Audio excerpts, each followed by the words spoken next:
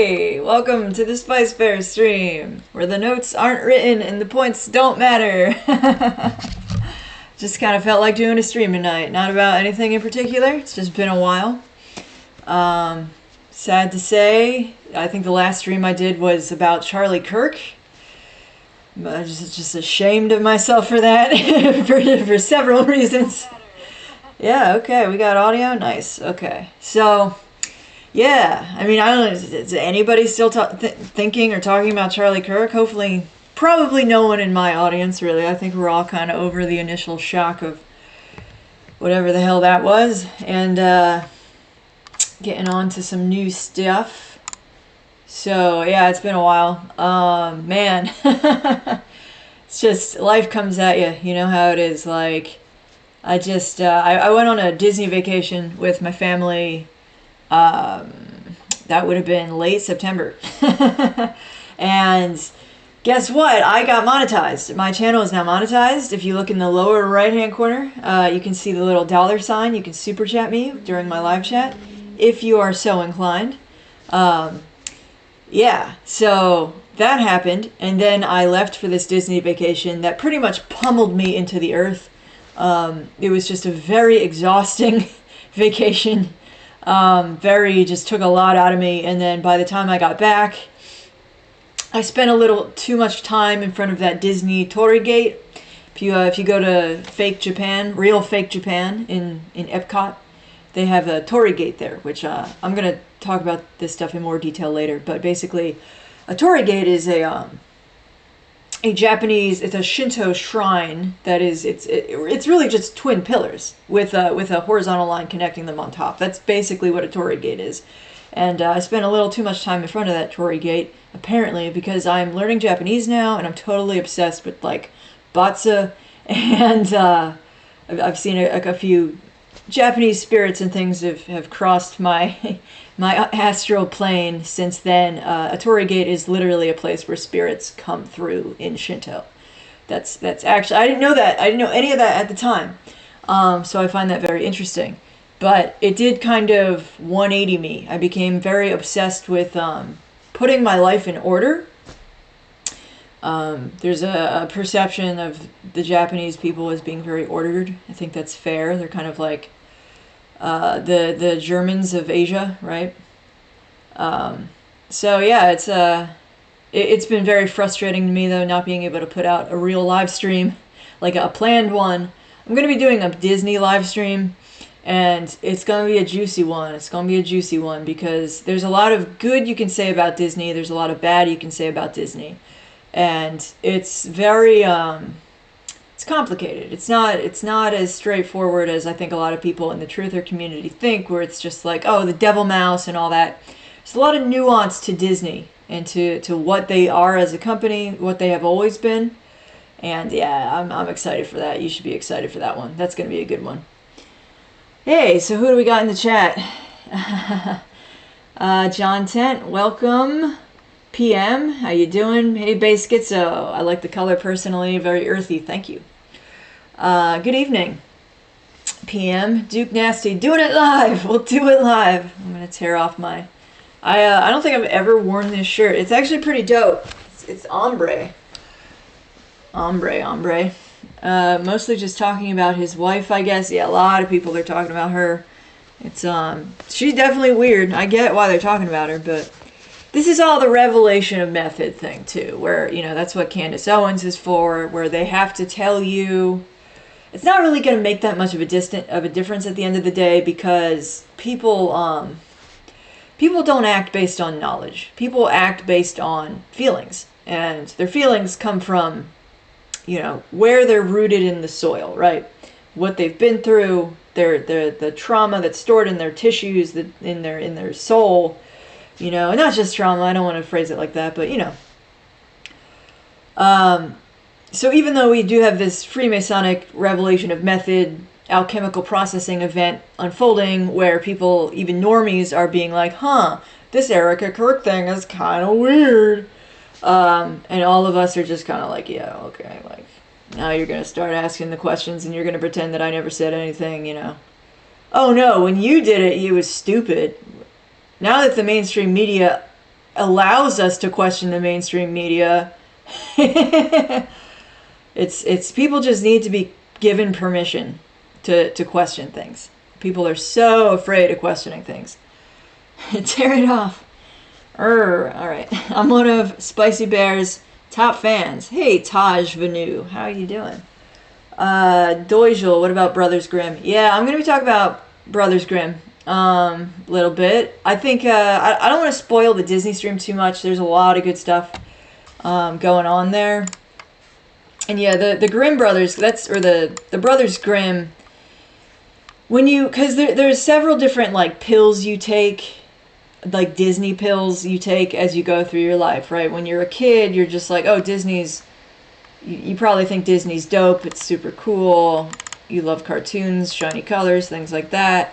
But then as you get older, they drop the Brothers Grimm on you and they say, oh yeah, well you know that Walt Disney hated his mother and all of these are watered down versions of Grimm's fairy tales, which I don't necessarily agree with. I don't really, it's very trendy to say that. That's the thing that you learn to say in middle school or so, and I was very into Grimm's fairy tales, like weirdly into Grimm's fairy tales. I have Grimm's fairy tale books from like the 1800s that I got at a flea market when I was like probably younger than 16.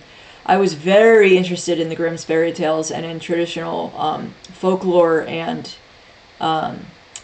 you wouldn't really call those, I guess they are folklore, but Grimm's Grimace, that's like a pretty popular book that shows you all the crazy shit in Grimm's. It's well illustrated, but I don't know. I think it's not really fair to say that all Disney was doing was taking these stories and watering them down. But again, I don't want to talk about it too much. It's hubris, feelings. Doijel, SpiceBear, have you watched Aaron's videos? Don't come into my chat and tell me to watch somebody else's videos. It really pisses me off. No, I will not watch them. The scene in Aladdin in the desert where the tomb appears out of the sand sticks with me. Yes, okay, Aladdin that's interesting that you said that, because right before I went to Disney, I felt really weirdly pulled to watch Aladdin. And I don't really watch like Disney movies. I don't watch any movies. Even when I do watch movies, I don't watch them. I just kind of put them on and do my own thing.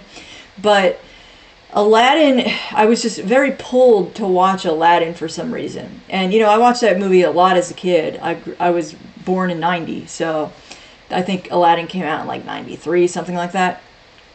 And basically like, yeah, then the celebration of life for King Cobra rolls around, and his dad says, well, actually the reason that his name is King Cobra is because of Aladdin. He was so into these movies that he watched as a kid. He loved Aladdin, and that was his favorite. And Jafar has his scepter with the big cobra on it, the golden cobra with the red eyes that hypnotizes people, and that's where King Cobra's cobra obsession came from. I'm talking about King Cobra JFS, the YouTuber, if you don't know who I'm talking about. A legend, God rest his soul, died in late August. But basically, that was weird because, I've talked about how King Cobra's spirit seems to be contacting me in various ways, which I'm gonna like, I have already written a step-by-step, like, this is how I know that this is actually happening, and I'm not just a crazy person, I'm not just someone who needs attention, like, I have plenty of ways to get attention, okay? So, yeah, so anyway, no, it's okay, Dojo, I don't like being told what to watch when I have so much shit to write, and it's like, it's also just, it feels really disrespectful, and I know that it's not, I know, like, it's almost definitely not disrespectful, but it's like, yeah, I have my own shit that I'm trying to say here. I don't need you to come in my chat and like be advertising a different fucking channel when I've like fought so tooth and nail for what the fuck I have, only for it, it's just, anyway, it goes deep, okay? Like, there are reasons I don't like people doing it. I find it just very irksome. But, yeah, so King Cobra and Aladdin, and then when I was watching Aladdin, when I put it on, and I was like, that was honestly, as a kid, I think Aladdin was probably my favorite Disney movie too. not only do I think it was my favorite Disney movie, I think it's like objectively the best one. I think the pacing's great. It has like it doesn't drag really. It flows very smoothly.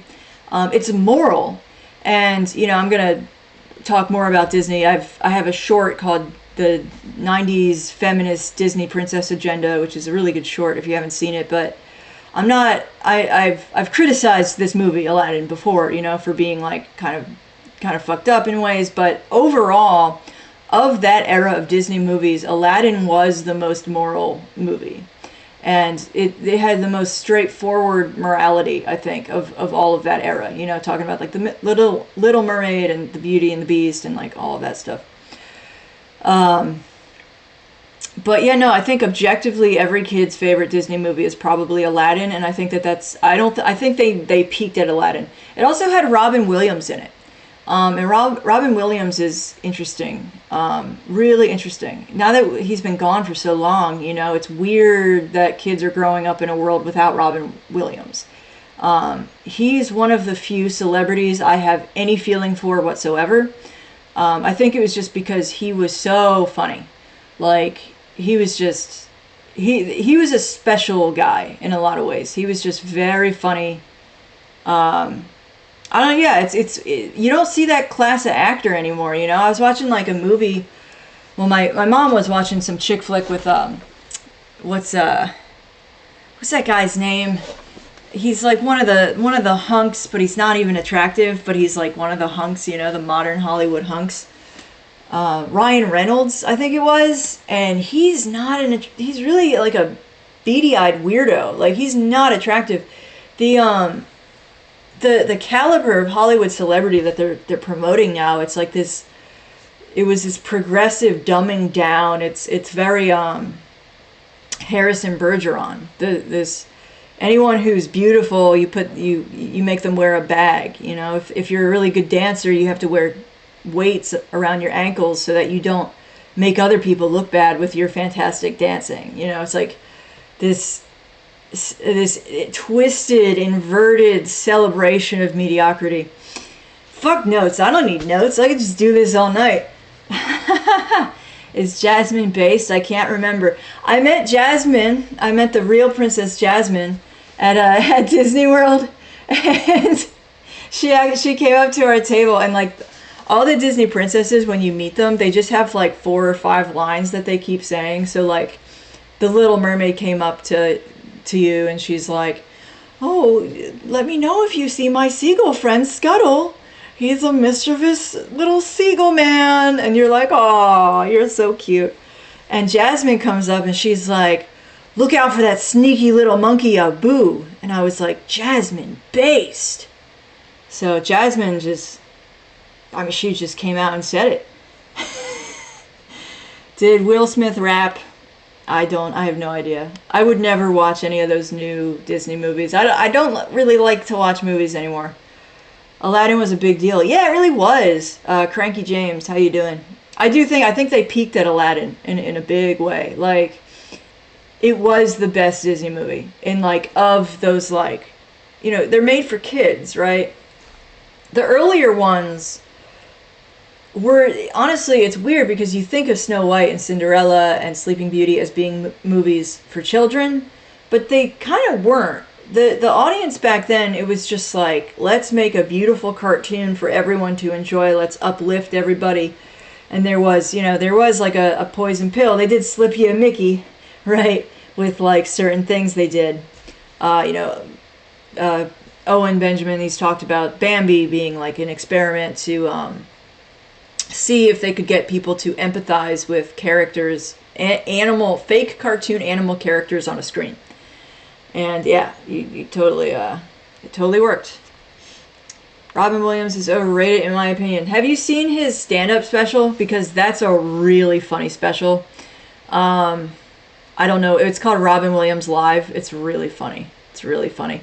He definitely has some roles that are like, he's overacting. No, his stand-up, I disagree. I think his stand-up was hilarious. At least that one special is really funny.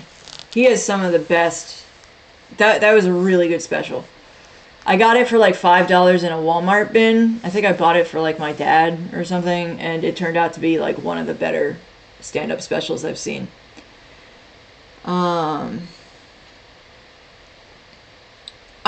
Don't mention other streams. She scratched and clawed for 18 viewers. Thank you, Balsamic Vinegar. You don't get it. It's like, well, it's also like, I don't care what that dumb bitch is saying, okay? You're listening to me. I don't care what some fucking... And I have so much... I loathe a lot of other YouTube channels where they come out and they're like, did you know that, like, the Scorpio is, like, the scorpion? Because, like, it's like, shut the fuck up. I detest most YouTube channels. They're so stupid, dude. But I'm like really smart. I'm like really, really smart. I don't even think a lot of you guys get that. I'm not just like some dumb cunt that likes attention. Like, I'm actually a really smart person. I'm just gonna leave it there. I'm not saying I'm the only one. There's a lot of really smart people out there, but like, it's really blowing my mind lately how much I know and understand that other people don't know at all and don't understand at all. Okay? Am I talking about cars? No, I don't know that much about cars. Am I talking about machinery or engineering or, you know, how to change a breaker, a fuse? No, I don't know any of that shit. But what I know really well. And other people are just friggin' idiotic, man. It's scary how little people know about things like health and food and like things that seem like basic shit. People have no idea.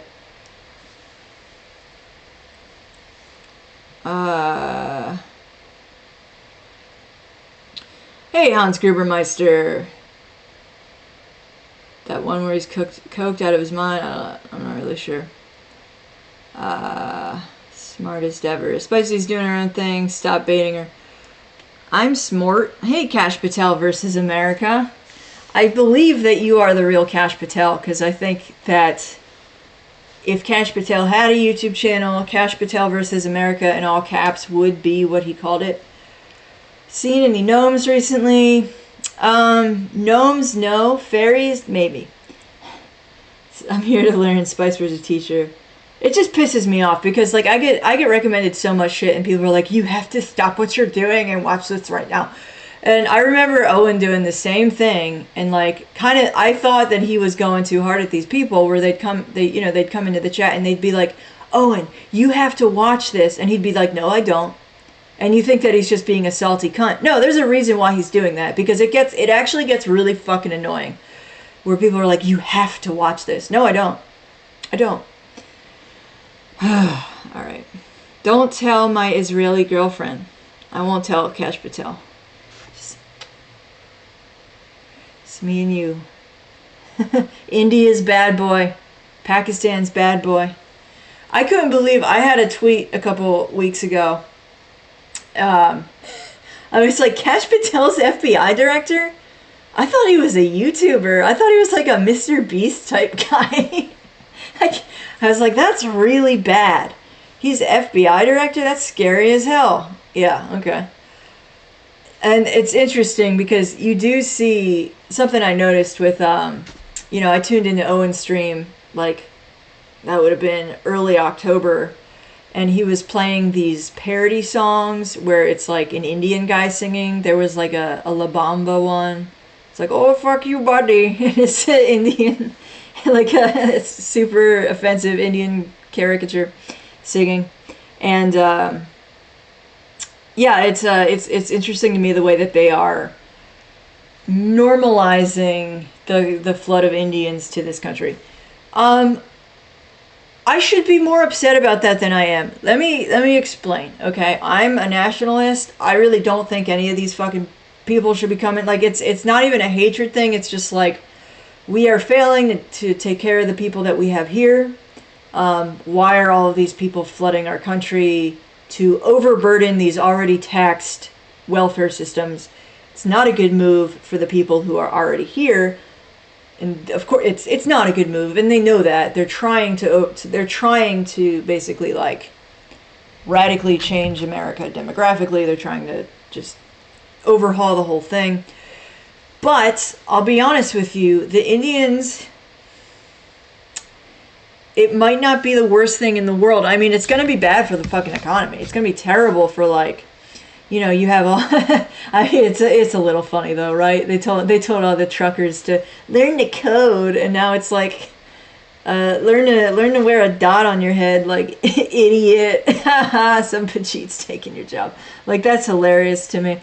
And Indians, like, at least they kind of they have a tendency to hold on to their own culture, which is, I know it's not great because, again, I'm a nationalist. I don't want people coming here overburdening these systems, changing what America is. But at the same time, like, they hold on to their culture very strongly. And I think that that's actually kind of a healthy example to be setting for the Americans who are here right now. Because a lot of the Americans who are here right now have absolutely fucking nothing. They have no culture. They have no connection to God, because culture is your connection to God, right? Like, it varies, you know, it varies by your race, by your phenotype, right? Your ethnicity. But that it's your connection to God is your authentic God-given culture. And they're what they use pop culture for is to wash away God-given culture, to wash away national identity. That is the purpose of pop culture. And when you have a lot of people coming who are going to just totally ignore pop culture, might not be the worst thing in the world. And the other thing, honestly, the first thing that occurred to me about all of these Indians coming to this country, Indians are one of the groups that have Aryanism associated with them. So we are having a higher population density of true Aryans. Also, one of the only people I liked in my entire college experience was an Indian kid.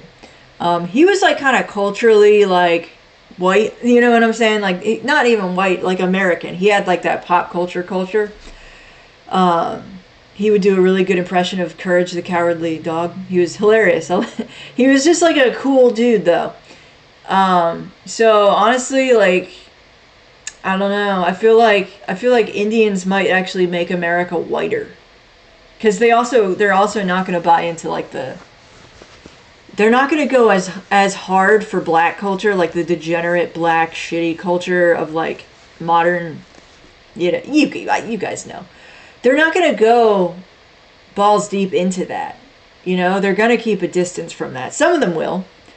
But in general, there's going to be a distance between those two polarities. You have the Indians and the blacks. That they're not going to mix as easily as whites are currently mixing with blacks. So, to be honest, yeah, I don't know. It's I'm not as black-pilled about that as I probably should be. I mean, I get that it's bad. I don't want immigration. But it could be some plus sides. You know what I mean? I mean, you're stuck here, right? If you're American, you're pretty much stuck here. Like, I want to be deported back to Ireland. But, you know, wish in one hand and shit in the other. As long as I'm stuck here, having some people who are sticking to their authentic culture of eating, you know, warm vegetables and not salad might be good for America. Salad's not good for you, by the way. Salad is terrible. It's like, the idea that salad is, like, great for you is such a stupid American inversion. So I agree with the Indians on their diets in a way. I hate Indian food, but at least they know that you're supposed to, like, cook and eat vegetables. That's, like, how humans are supposed to eat. I think the reason they don't eat meat, though, is that, like, meat just doesn't stay fresh in India. I think that meat just probably rots immediately in India, and they were like, we'll be vegetarian for moral reasons. That's my guess about Indian vegetarianism. I could be wrong. You said you didn't watch movies. I don't know what point you're trying to make.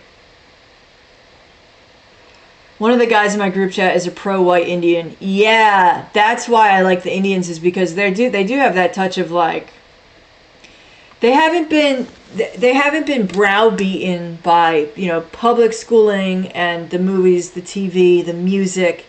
You are bad, you hurt the blacks. You are bad, you hurt the blacks. That's like everybody is subjected to that programming. Every white person in America is subjected to that. The Indians don't have that, and they're not going to go for it. And that's why it's like, maybe it won't be the worst thing. I mean, honestly, I don't know if whites should be programmers anyway. It's a terrible fucking job. Remember that Jonathan Colton song, Code Monkey? I think that's what it's really like to be a programmer. This job fulfilling and creative way. What a load of crap. Okay, how they act in small numbers versus when they are established. Worlds apart. White women, yes. Christ, this took a turn. Indian people will not buy into black culture like white women's do. Exactly, that's what I'm saying. Like, they really don't like that shit. They're very racist in their own way. And that's good. Not to pick on the blacks too much, obviously. But it just gets a little tiring having it all be the metric stick for culture now is the worst kind of like degenerate hip hop bullshit. Just like hood shit. And that was all, the CIA and way off base with this one. I'm not saying that it's good to have like I worked with Indians and I didn't really like them. The Indians that love American culture are better for our cause than Beaners, to be honest. Yeah, that's the thing, is that like I've met some really cool Indians, and I just feel like, I don't know, man, I like walking around barefoot and they make that dangerous. It's like, honestly though, some of the coolest non-white people I have met have probably been, Indians. Just in terms of like being kind of like down to earth and based and not putting up with the PC shit. It's surprising. It is a little surprising. My office job, the one like sitting down at a computer office job that I worked, I hated it. It was all run by Indians and they were kind of terrible. They were just, they weren't especially terrible, but somehow they do business together a lot, though. Cigarillo sales and such. Yeah, I'm sure they do. They will gang rape your family pet. I hope not. Go back, potato eater. Yeah, see, that's... Please don't deport me. What do you think that would do? For real, though. How hard would that be if we all deported ourselves back to Europe somehow? Like we made that a thing.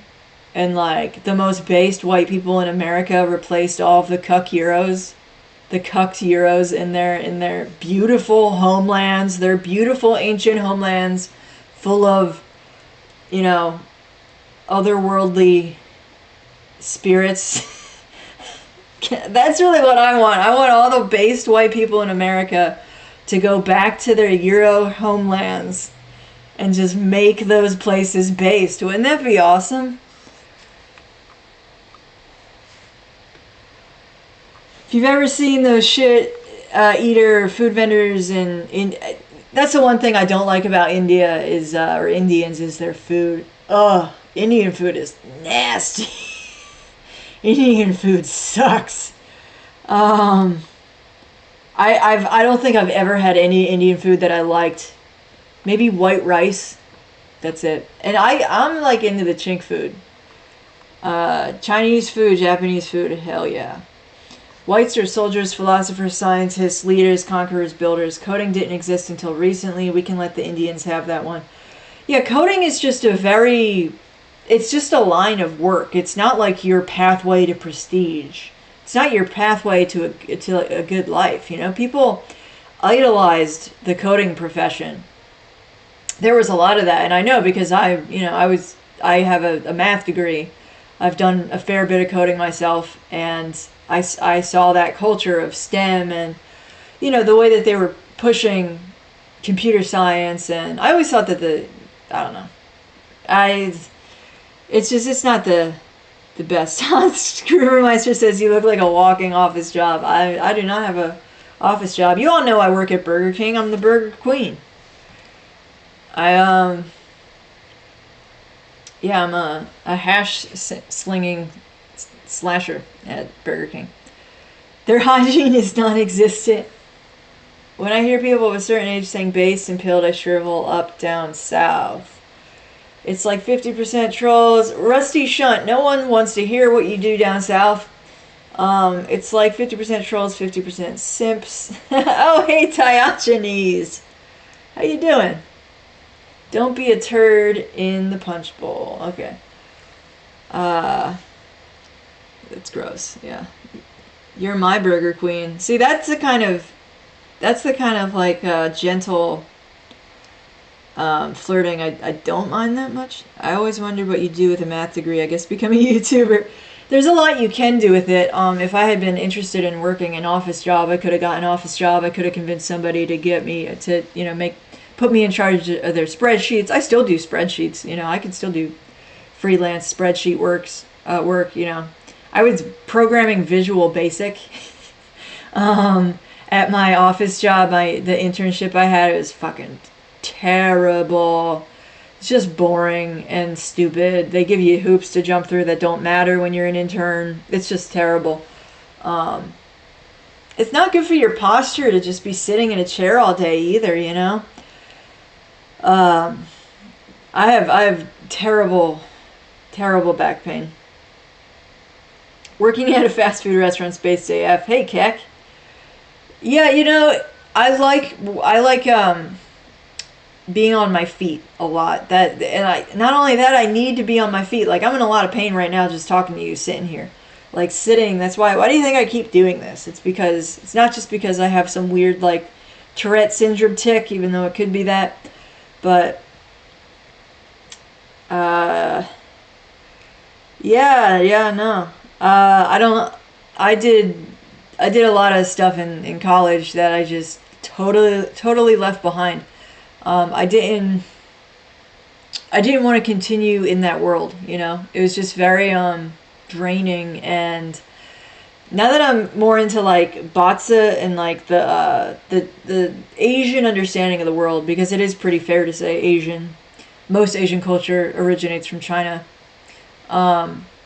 And they have the 5-element theory. So the interesting thing about the Chinese 5-element theory is that it's not just used for, magic, like alchemy in the West. Western alchemy talks about like, fire, water, earth, and air as the 4 elements. And it's, you rarely really see it in the West unless it's being used to describe magic, or like, there's like, an earth dragon, an air dragon, a fire dragon, like all these different fantasy tropes around the 4 elements. And what's interesting, of course, is that one of the reasons people know the 4 elements in America now is because of a Japanese cartoon, namely Pokemon, where the creator of Pokemon was very fascinated with Western alchemy. So it's kind of interesting how that went from the West. You had the Paracelsus using the 4 elements in alchemy. That pinged from the Eurosphere to Japan, and then back to the Eurosphere of America. And that's actually how a lot of us became familiar with the 4-element theory, was through Pokemon. And then you have Wicca. Wicca also uses it, earth, air, fire, water. So what's interesting about it is that the Asian cosmology, the Asian understanding of the world, it's more of a natural philosophy, which natural philosophy is kind of lost to the West. It's not lost to Asia. Someone in my chat last time said that the Asians inherited all of the wisdom of Lemuria, and the Europeans inherited all of the wisdom of Atlantis. And of course, Lemuria and Atlantis were these 2 lost continents where people knew about magic. From what I've intuited, they're not truly lost underwater. They're in the waters of the subconscious, which could be literal waters as well. But it is also a metaphor for being lost in the waters of the subconscious. So you can find Atlantis and Lemuria in your sleep. more easily than you can in your waking life. But anyway, the natural philosophy approach in China applies to everything, not just medicine. So you have wood, let me see, wood generates fire, fire generates earth, earth generates metal, metal generates water, water generates wood. Okay, so those are the five, it's the generating sequence, the 5 elements in Chinese philosophy. And that philosophy, the 5-element theory, isn't just for medicine, it's for all kinds of things. So the more that I've looked into the 5-element theory, I think of, metal, the metal element, is associated with like focus, right? Like what you think of when you think of metal, it's chrome, silver, focus, fine details. And I think that academia is a very like kind of metal element thing, and that can, depending on what combination of the 5 elements you are, that might not be the best fit for you. Because it for me, academia just, it wasn't really my thing. But yeah, I could go on and on about that stuff. You'll never get a base math genius witchy redhead with that attitude. That's sweet. Study the ancient science. Hi, tax, insurance, and accessories. I would love some tax accessories.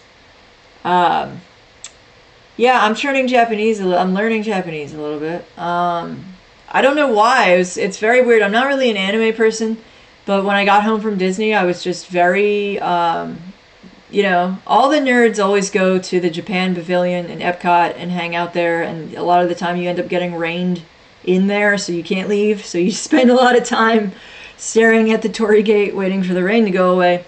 And basically, I got home and I was like, I'm learning Japanese now. I'm not sure why. And I really don't even know how it happened, but I've been learning it for the past month or so. And it's very odd because I used to want to learn Chinese. And I think it makes more sense to learn Chinese or Korean for economic reasons. But there's something about Japanese culture. I don't even know why I'm learning Japanese. It doesn't make logical sense to me. It really doesn't. But yeah, I'm just that's believable. I wanted sake while I was there. I mean, you can get sake anywhere. You can buy it anywhere. I bet I would love it. I hate like really cheap Asian food, but in my old age, I have developed a taste for like real Asian food. With the symbolic writing. Latin, Spanish type shit, but a little more translatable than that. Hans Grubermeister, what are you saying? Yeah, so the interesting thing is, that is one of the reasons why I became really fascinated with Japanese. When I got back from Disney, I was telling this story about like the spirit that I saw.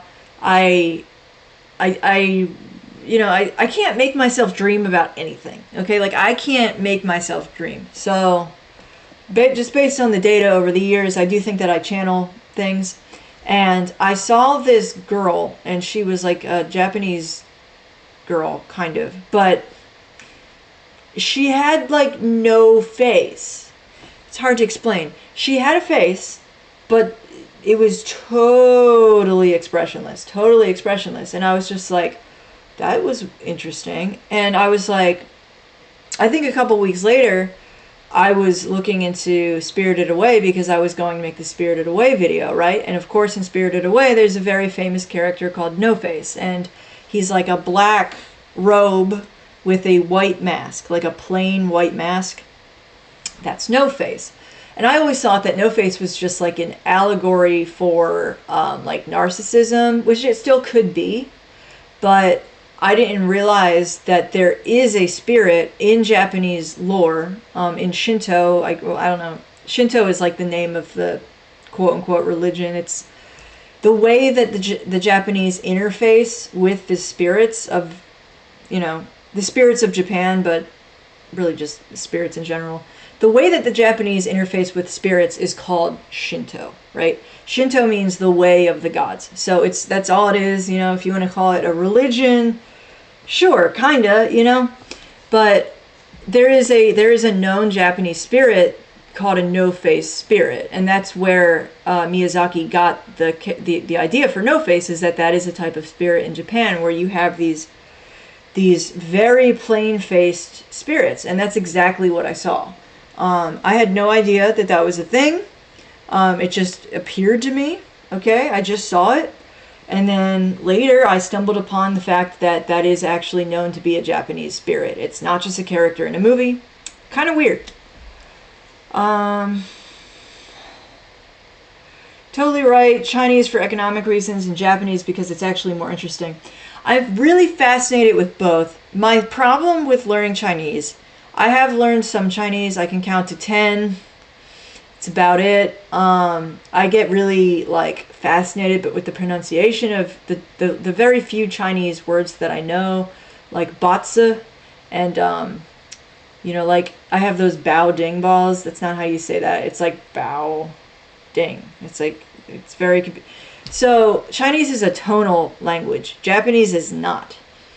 I, as a non-tonal language speaker, would not want to learn a tonal language unless I was totally surrounded by it, or at least had some routine exposure to it, because the idea of a tonal language just blows the mind of any Westerner, of any English speaker, where you have 4 different words: ma, ma, ma, ma.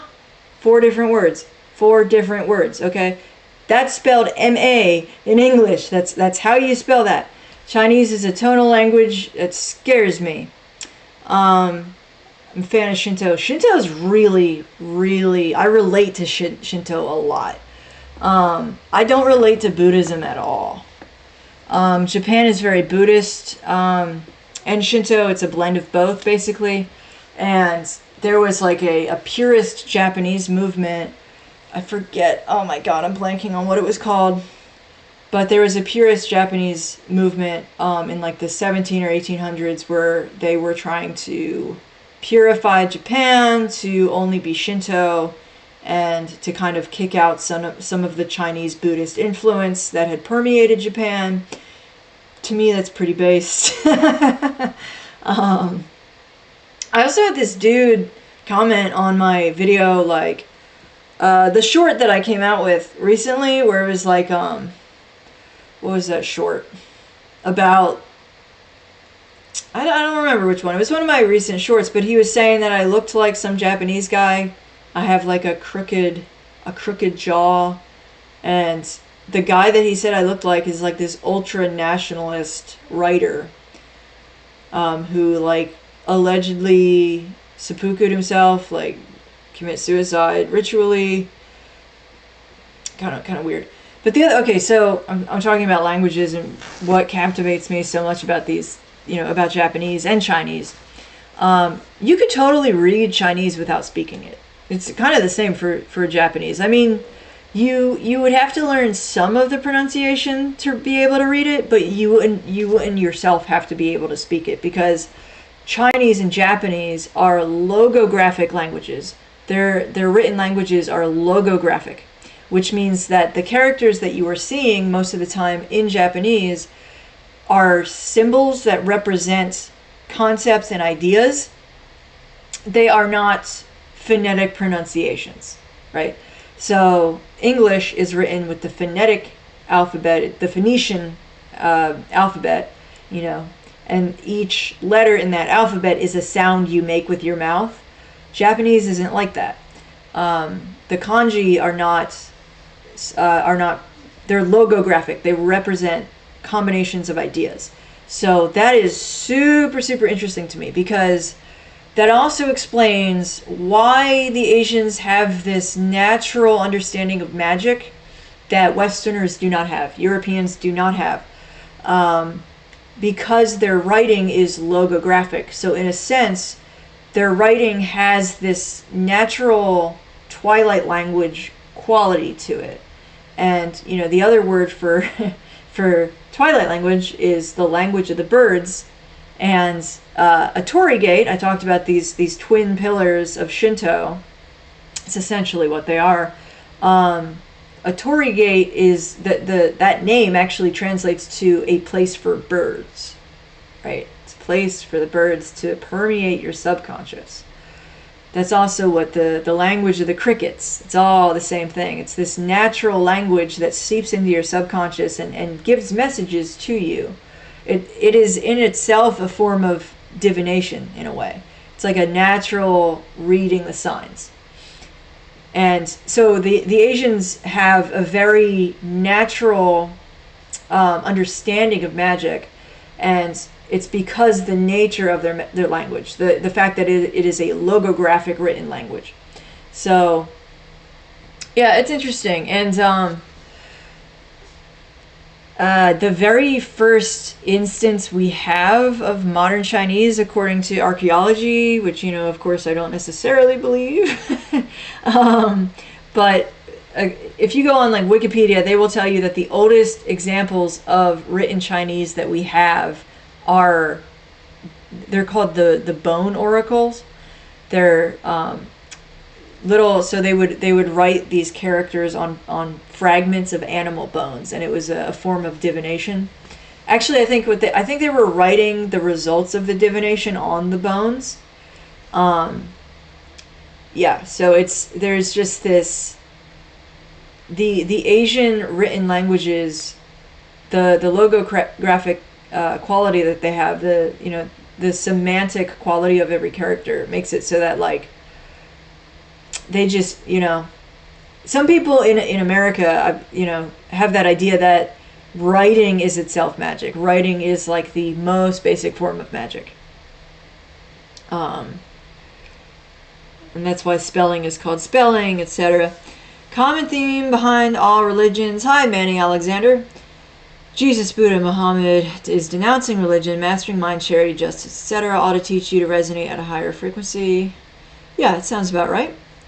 A little bird told me. Exactly. Chris, thank you. Yeah, a little birdie told me. Yeah, that's twilight language. It's the language of the birds. It's everywhere. You see it everywhere. You see it a lot in Disney movies, right? You see the princess with the bird on her hand, and she's talking to this singing bird. It's because that's like her communing with nature, communing with the spirits of nature, which are protective of the innocent. So it's actually kind of based, to be honest. I mean, like, in its purest form, it's a beautiful thing. Many Japanese kids learn both. Yeah. I'm going to bone this oracle. You guys are funny. Bricked up. Y'all ever heard of cursive? 'Cause it's a cursed dog. Yeah. Have you looked much at Jordan Maxwell's work? I like Jordan Maxwell. I've looked at some of his stuff. A lot of his ideas I learned through Owen, and I think that Owen kind of polished a lot of his ideas. Jordan Maxwell, he was, he was a decent, definitely decent ideas. Oh my god. I'm just realizing now. Okay, we're good. Oh, if any of you would like to get a reading with me, I do. If you donate to the channel, buymeacoffee.com/SpiceBear. $50 donation gets you a birth chart reading. So, and it'll be like anywhere between 10 and 20 minute video where I go through your birth chart and tell you what resonates with me, what I notice, what I know. I don't like to bullshit. And I did post one of my birth chart readings. If you want to see what they're like, if you want to see my approach to it, youtube.com/@SpiceBear readings. So just youtube.com/@SpiceBear readings. Readings plural. That is, you can watch one tarot card video and one birth chart video that I did. Yeah, kind of helps my channel. And Yeah, it's cool to be monetized. I'm hoping to generate some really. I have so much written. It's been really frustrating to me that I haven't been able to post. I've just been really focused on cleaning up my world, getting in order. That's again something that I've taken from Asian culture is that, the concept of feng shui, I mean, there's really nothing like that in Western culture that I know of. I guess the superstitions and the understanding of the spirits that has been lost to white people, that probably had some feng shui like characteristics, where feng shui in Asian culture, it's a form of luck engineering. So it's a form of generating and holding and building up luck. So that notion of luck as something that can be accumulated, so luck is not money, luck is not good looks, luck is not any of these things. It's this nebulous, hard to pin down quality, right? That Asians are very obsessed with luck. That's why, like, Asians are very superstitious, because they're very obsessed with luck. To be honest, I think that most cultures are probably like that in some way. Irish culture has a lot of things that are like a lot of prohibitions, because you don't step over a baby because the baby won't grow. You if you find a comb, you don't take it home because it could be the banshee's comb and she'd follow you home. And the banshee, if you see a banshee, it means that somebody in your family is going to die. Like, all of these this lore is probably like a form of luck engineering. And I think that part of the reason that we're so fucked up today is that we have no luck engineering whatsoever. And we're actually doing a bunch of things. We are actively giving ourselves bad luck from a traditionalist perspective, because we don't know anything about luck. We don't know anything about where to put our stuff, how to keep our things, how to organize our life, how to eat a meal at a table, like basic things. We're so in the dark about these luck generating habits. So I find that very, very fascinating, and because of that, I've been I think it's all very real. I think it's really real. It doesn't mean you have to do every little thing, but there's ideas in feng shui that the way to build up your luck that are not really super intuitive. Like, you shouldn't have an empty dining room table, because that kind of signals to the cosmos that you are not someone who can hold wealth. You can't keep salt and pepper and fruit or whatever on your dining room table. It's like, it's not really a signal so much as it is like a symbol. So, like, and that's actually really comparable to a lot of English and Irish lore around having an empty pocketbook. Like, your pocketbook should never ever be empty. There needs to be a penny in it. When I grew up, my mom loved purses, loved pocketbooks and wallets and things like that, and she loved to give them as gifts, and she would always put a penny in every wallet, every purse. There had to be a penny in every one, and it was like her thing. And I came to realize recently, partly because of Michael Fortune's YouTube channel, which is really good. Michael Fortune's YouTube channel, he interviews Irish people about superstitions, and I don't like calling them that, but folklore and spirits, and they just talk very openly about their experiences and what they know about those things. Michael Fortune on YouTube, you can look him up, he's great. But there's that idea of not having an empty pocketbook is a thing in Ireland. You should never give a purse without money in it. You need to at least put a penny in it. And that is a form of feng shui. You know what I mean? Like, it's not Asian, but it's the same principle, where it's like, this represents you being a broke ass nigga. There is not a single penny in this bag, in this purse, because you are a broke ass nigga. And how do you fix that? You are signaling to the cosmos that you can't handle wealth, that abundance should flow past you and not through you. It's like, it's very fascinating. It's a really different conception of luck than people in the West are used to. And yeah, you know, like Feng Shui, they teach that like poison arrows, you know, it's just concepts that you wouldn't really think about, where like if you're sitting down and there's like a sharp corner, like a 90-degree angle corner of like a couch or a table, and it's like kind of pointing at you, that is a poison arrow in Feng Shui. And that can affect your digestive health. Right. See what I mean? Like there's nothing comparable to this line of thinking in the West. That is as accessible as Feng Shui is. That's the other thing about Japanese, is that it's very accessible. It's weirdly accessible and easy to learn Japanese. There's some really good resources for learning it. And it's a much easier way to engage with that kind of magical thinking, and that kind of thinking about luck, is to kind of immerse yourself in like the Japanese perspective. It really is just more because there's so much anime, there's so many YouTube channels teaching people Japanese. Yeah. All right, yeah, we can get into whatever. That's my base schizo Japanese nationalist enthusiast. Yeah. All right. Okay, everything else sucks on YouTube. I'm back. Hi, Dojo. We knew you'd be back. I'm sorry I got so pissed earlier. I have a lot of people telling me to watch a lot of shit. It's just annoying. It's no nation that we inhabit, but a language. Make no mistake, our native tongue is our true fatherland.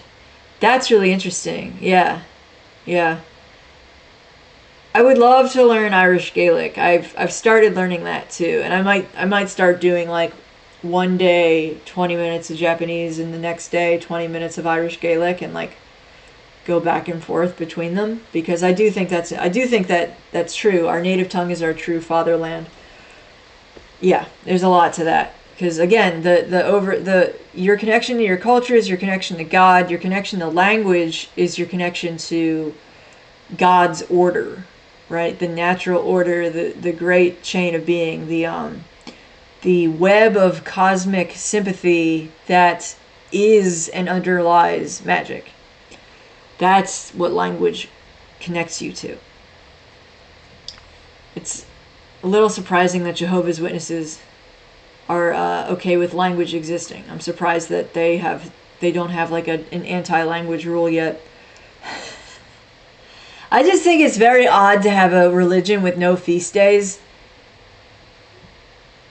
A religion with no feast days where it's okay to be gay, it's okay to be trans, it's okay to be obsessed with money, but you're not allowed to celebrate Christmas or Halloween or watch any movies with ghosts in them. Almost like an intentional psyop to fuck with people's heads, right? Almost like an intentional psychological operation. You're describing essentially folk magic. I'm describing all magic. I'm describing the system that it works. Language, words, and spells are more in the ceremonial domain. No.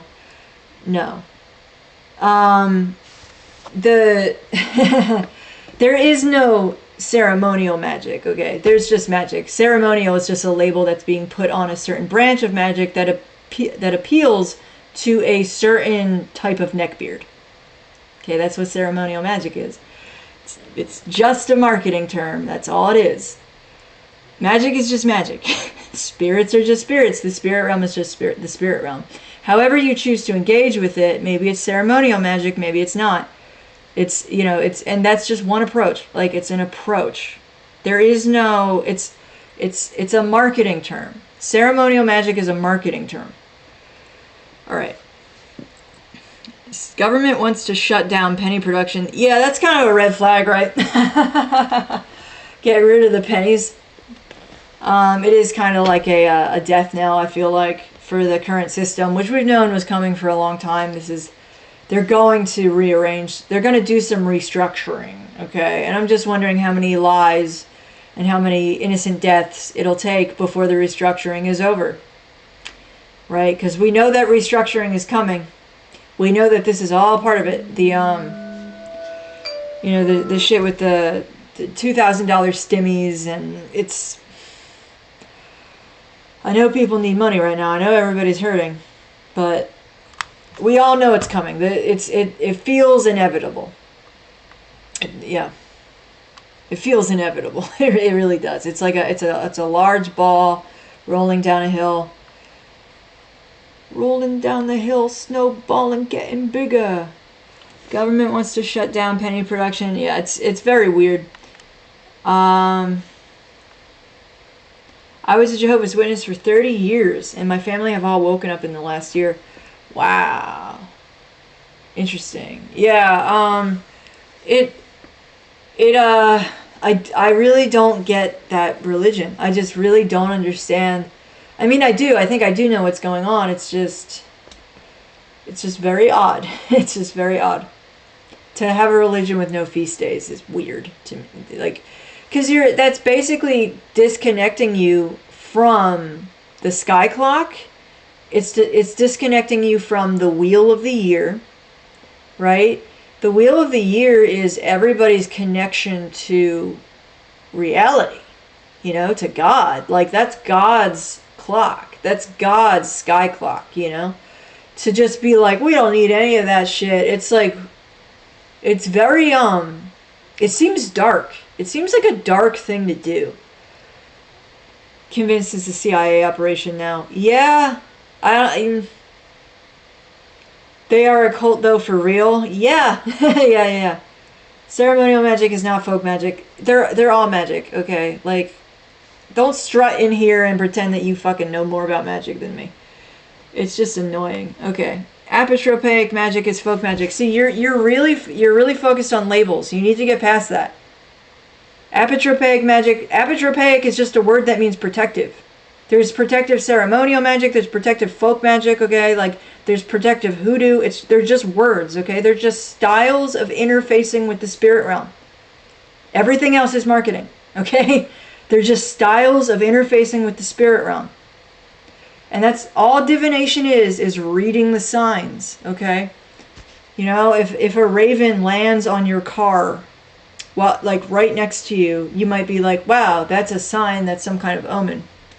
Yeah. Oh my God.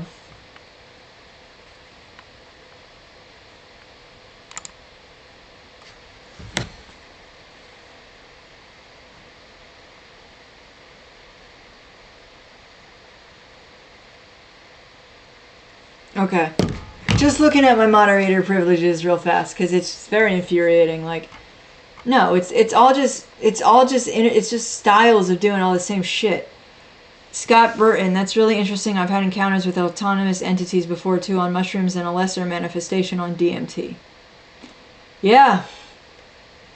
Yeah, no, I've never taken DMT, but no, you can access some spirits through drugs, yeah.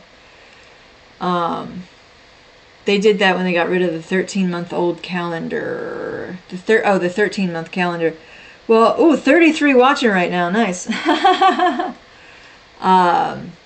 Pretty good for a stream about whatever the fuck I want, where I'm just kind of blabbering on. No notes at all. No pictures, no videos. 33, Illuminati confirmed.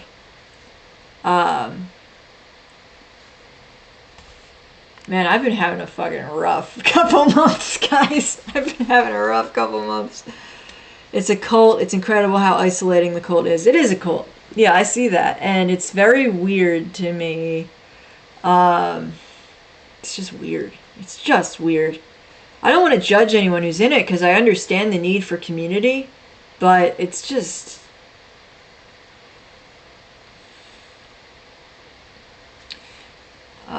They did that. Let me see, where are we at? Any Freemasons in the chat? I made a Yubi in a Freemasonic parking lot the other day. And it felt like, so one of the things that you learn the more like versed in magic and the spirit realm you become, is that it really is true that there are no coincidences. But hold on, let me explain, because I know that sounds stupid.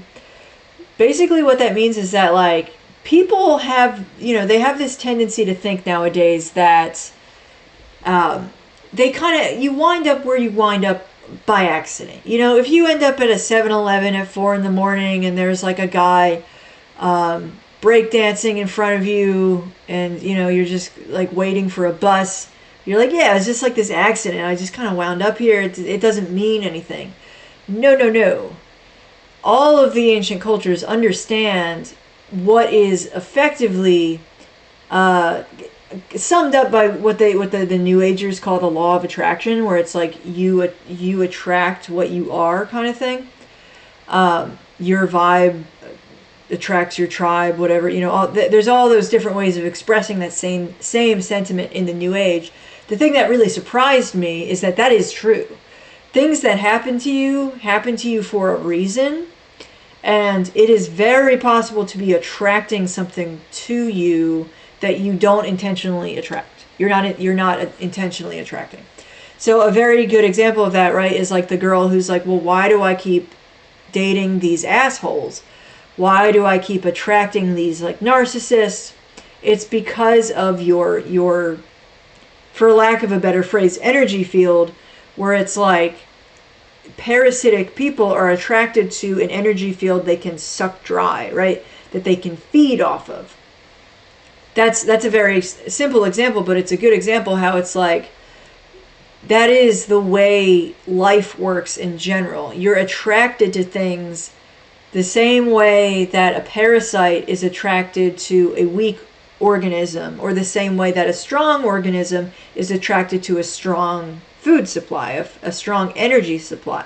It's all like this energetic exchange. It's an energetic it is kind of like the law of attraction. It's just very odd to me that that's true, because I always just thought that was like total bullshit, and it was presented to the public on like Oprah and all that shit as like bullshit. It was presented as like those visualization boards and like dumb shit like that.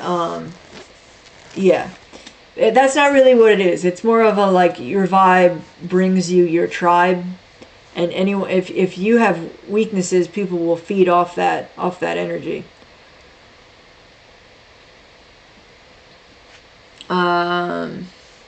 They remove all ritual aspects of Christianity. Yeah, they suck. They totally suck.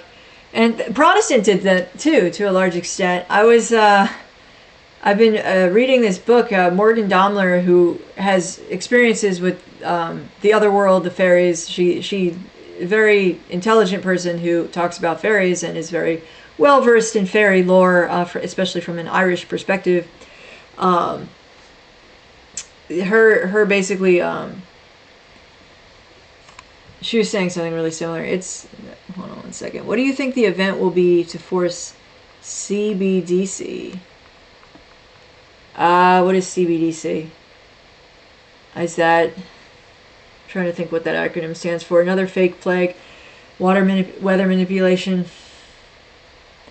I mean, at this point, it could just be poverty, right? The things that they're doing. I have a juicy little tidbit for y'all. When I was in the resort I stayed in Orlando, there was a I'm not going to say what he was, but there was a conference going on, and it was someone who worked in energy. Not going to give you any more info than that, but he said basically that the reason that the electric is going, the cost of electric is going up so high right now, especially in Jersey. I don't know how it is everywhere, obviously, but New Jersey, the people's electric bills are just skyrocketing. It's because artificial intelligence companies are purchasing electrical energy before it hits the grid. So that's why the prices are going up. And, you know, artificial intelligence can't be regulated for 10 years. You know, they just passed all that legislation. I'm not very well versed in that, so... But yeah, at this point, I mean, the breaking event could just be poverty. People get sick of being broke, you know, because everyone's fucking broke. It's a cult. It's very isolating. Yeah. Trying to figure out why my chat stopped. Time to generate your own electricity. Luckily, it's super easy. Tell me your thoughts on Hot Wheels. I mean, I prefer Hess trucks, but Hot Wheels are fine, I guess. They're fine. Whatever. They're okay. Who else is going to blow their 2,000 stimmy check at the casino? Yeah, that's that spellcraft of Trump, right? That the name Trump. So tied to gambling, the Trump card, right? They're playing the Trump card. So many people addicted to gambling right now. That's probably where a lot of the nation's prosperity is going, is into these casinos.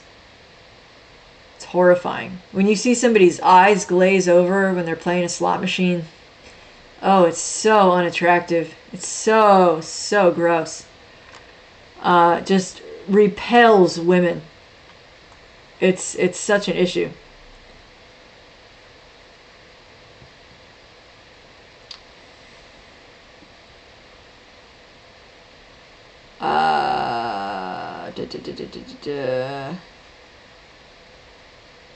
She thinks they allow trans and gays. No, it's not that Jehovah's Witnesses allow trans and gays, but they're actually not against it. Trust me, I know Jehovah's Witnesses, and they're like, well, it's 2025. Like, you can't judge someone for being trans or gay. They don't want you. They might not want trans and gays in their communities, but they're not. They're liberal people. Jehovah's Witnesses are liberal people. They are not conservatives. They're liberals. Have you noticed how black they are? They're liberals, dude. Like, don't fucking talk down to me. I know Jehovah's Witnesses. They ain't voting for Trump. They're fucking Democrats, dude. Like, they're stupid. They're stupid people. But like, they actually are the lowest IQ religion. But anyway, no, they're not like, they're not based enough. Oh, my camera just froze. Just gonna add it back. All right, you guys are gonna see me without any filters for a second. Ah, ha ha ha ha. All right, we still going? Oh yeah, so.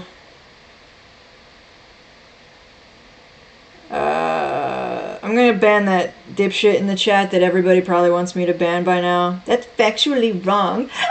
My best friend, who's a man who thinks he's a girl, the Jehovah's Witnesses were so mean to my trans friend, so I sucked his dick, and I'm not gay because he's a woman.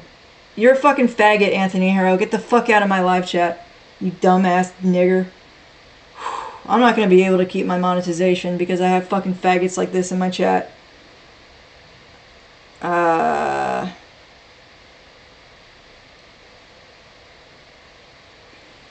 And now you're gone now. And now you're a sad little masturbating man. You disgusting piece of shit. Go kill yourself at a casino. I'm losing my monetization. I think these people are so fucking disgusting. I fucking hate them. I met a gay, yeah, there's tons of gay Jehovah's Witnesses. It's a terrible religion. The Watchtower is super dumbed down when they explain different stories from the Bible. The filters are gone here.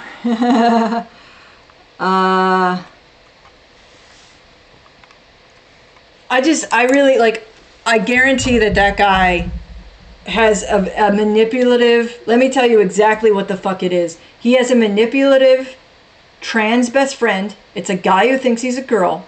And sure, he went through trauma, and the Jehovah's Witnesses were really mean to him. But, like, I don't give a fuck. I don't give a fuck about your victim story. Oh, but my friend was such a victim that I had to suck his dick. It's like, fuck you. Dude, I hate these people.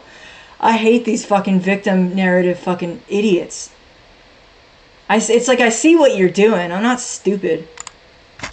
Alright, let's get some color correction on this. Shit. So yeah. So SpiceBear enjoys one whole day of monetization before she loses it for calling someone a faggot nigger on YouTube. Fucking deserved it though. And it's not even that I hate gays, and it's not even that I hate trans people, but it's just like, you know, these manipulative cocksuckers. You know these manipulative cocksuckers who use their little victim narratives. Oh, it was so hard for me. It's like, yeah, now you're a prick and you'll never be valuable to anyone because you just steep in your own shit all the time.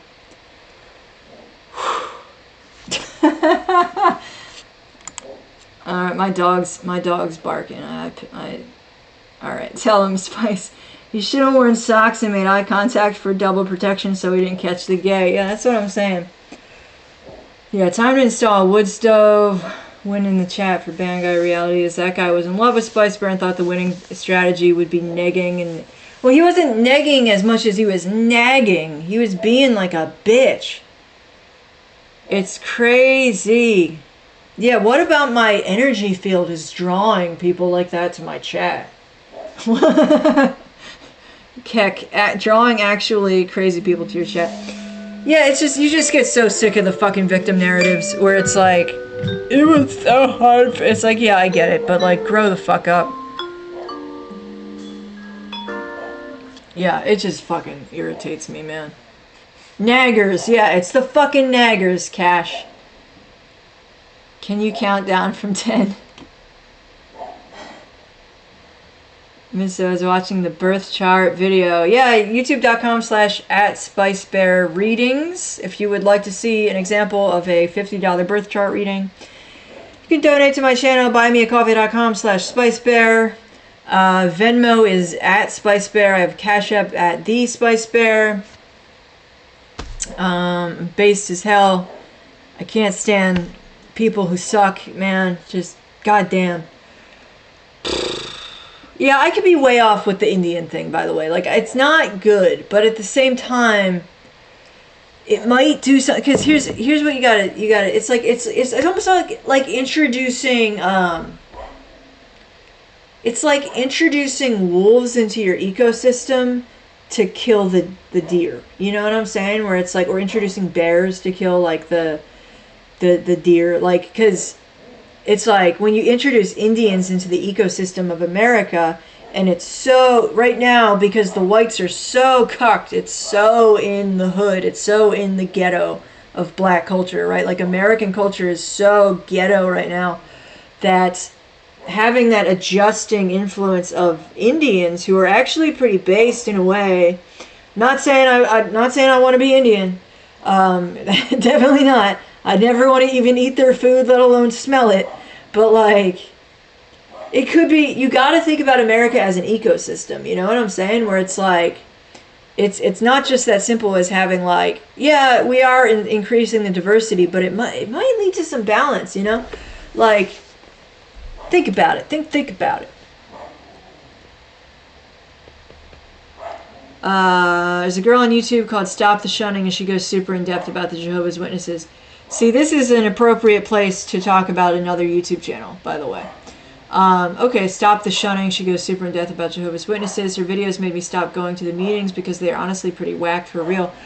I can smell danger from a million miles away. Okay, like, I have a very good sense on these things. Snug Bob's Virgin. Ma'am. Nobody wants to be Indian. Yeah. Alright, well, my dog's telling me that it's time to end the stream. I did a solid hour and 19 minutes. We're finishing off strong, 37 people. Thank you guys for coming out. Tegan T, how you doing? Imagine being Indian and moving to America to open a shop just to end up in my neighborhood. Yeah. Young white boys are okay. Yeah, it's just, you know, it's, we'll see. You got to think of it as an ecosystem, though, for real, because it's not just as simple as like, oh, you're adding more diversity. It's like, yeah, but think about what that will do to the culture overall. You know, could be a stabilizing influence. Buymeacoffee.com/SpiceBear, $50 if you want a natal reading. I send you like a 10 to 15 to 20 minute video all about your birth chart, the stars in your birth chart, the planets, everything. People like them. You can go to youtube.com/@SpiceBear readings and see an example of a birth chart. Otherwise, if you just want to donate to my channel because you appreciate what I do, that's always appreciated. You can also super chat me.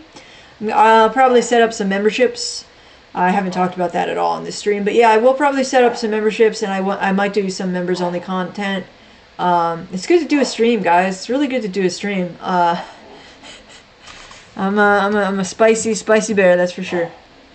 A video about esoteric occult charlatans. There's too much good stuff. I would rather there's enough videos I feel like about charlatans. People need to understand what the real magic is. Where can I? All right. Yeah. Peace out, guys. My dog needs me, and we had a good run tonight. Thank you guys for coming out.